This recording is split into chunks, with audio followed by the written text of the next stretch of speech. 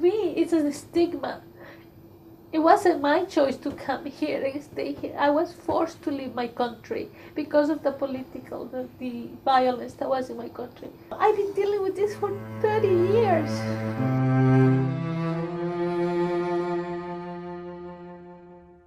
I came here when I was 19 years old.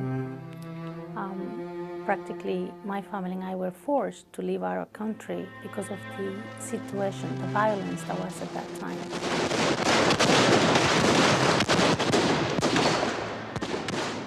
My father had a business. You have these people like the guerrillas that they didn't work, they just went in and fought about, for whatever their ideal was. They came to my father and they said, hey, you gotta give us this sum of money, otherwise there's gonna be consequences.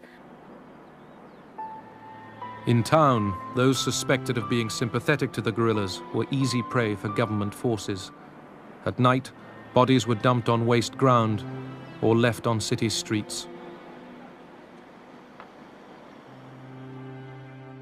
Empezaban las tirazones del Army y uno tenía que andar corriendo a encerrarse a las casas y ya no abrí las puertas, porque si ya abría las puertas ya estaba supuesto a que se lo podían llevar a uno.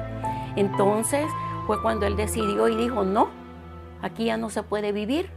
Para mí fue muy duro, para nosotros, la familia, porque antes de eso, en esa misma época, también se le perdió un sobrino, se me perdió un sobrino, hijo de una hermana. Él estaba en la policía.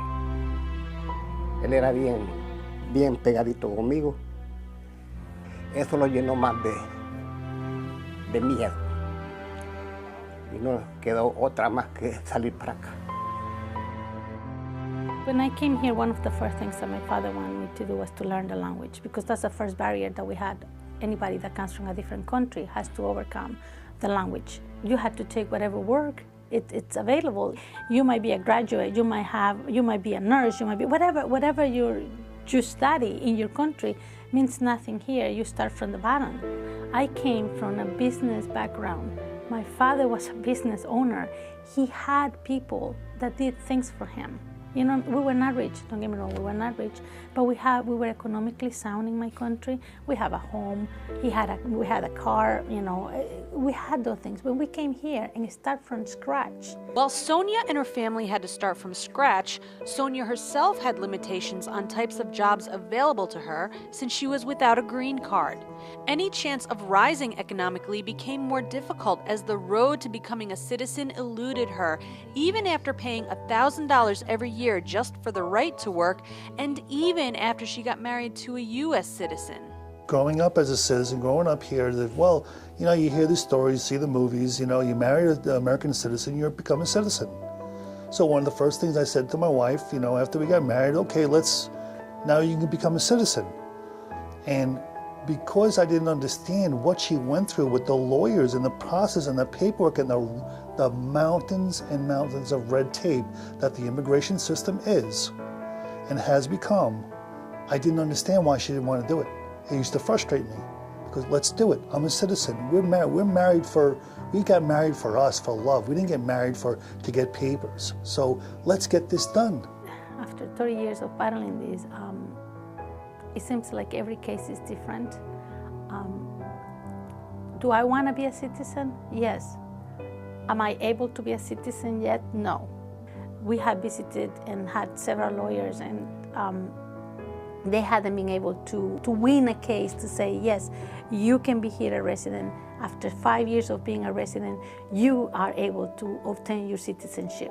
The frustration and fear of being denied residency caused Sonia and her husband to turn to God.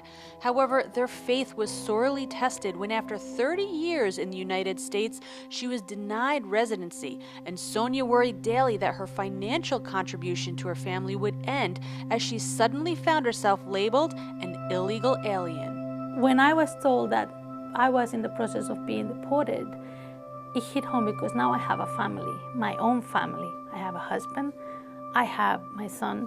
My parents are elderly people and they live with me. So here I am concerned that, I might be sent to my country, and who's going to take care of my son? Who's going to take care of my parents? I mean, it's difficult, it's hard.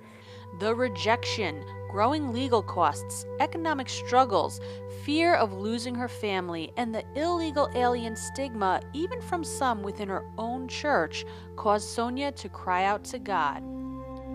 Father, mighty God, I'm coming to you, pleading for keeping us together. It's so difficult. Going through what we're going through, just the thought of being separated from my family. Help us, Father. Help us in this situation.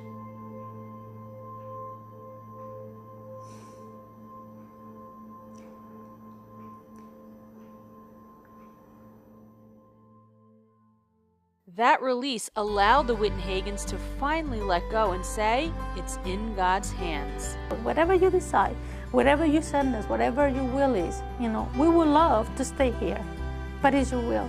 That's when Sonia and Bill say God led them right back to church. And a fellow parishioner, a lawyer who specialized in immigration law. And this is by the grace of God. We go to his office and he sees this pile of documents, and he said we had it in a little CD that immigration gave us, and he goes, in 5 minutes he found one piece of paper. He found a document from 1991 that with my citizenship gets her green card. We've been doing this for years, trying to get our documents, and in 5 minutes this lawyer sees something in that big pile of papers. It's only by the grace of God. So now we have hope that in a couple of months, within a year, all this might be resolved. God was intertwined in all of this. And without God, even before we were, saved, that God was intertwined in all this because he had a purpose for us.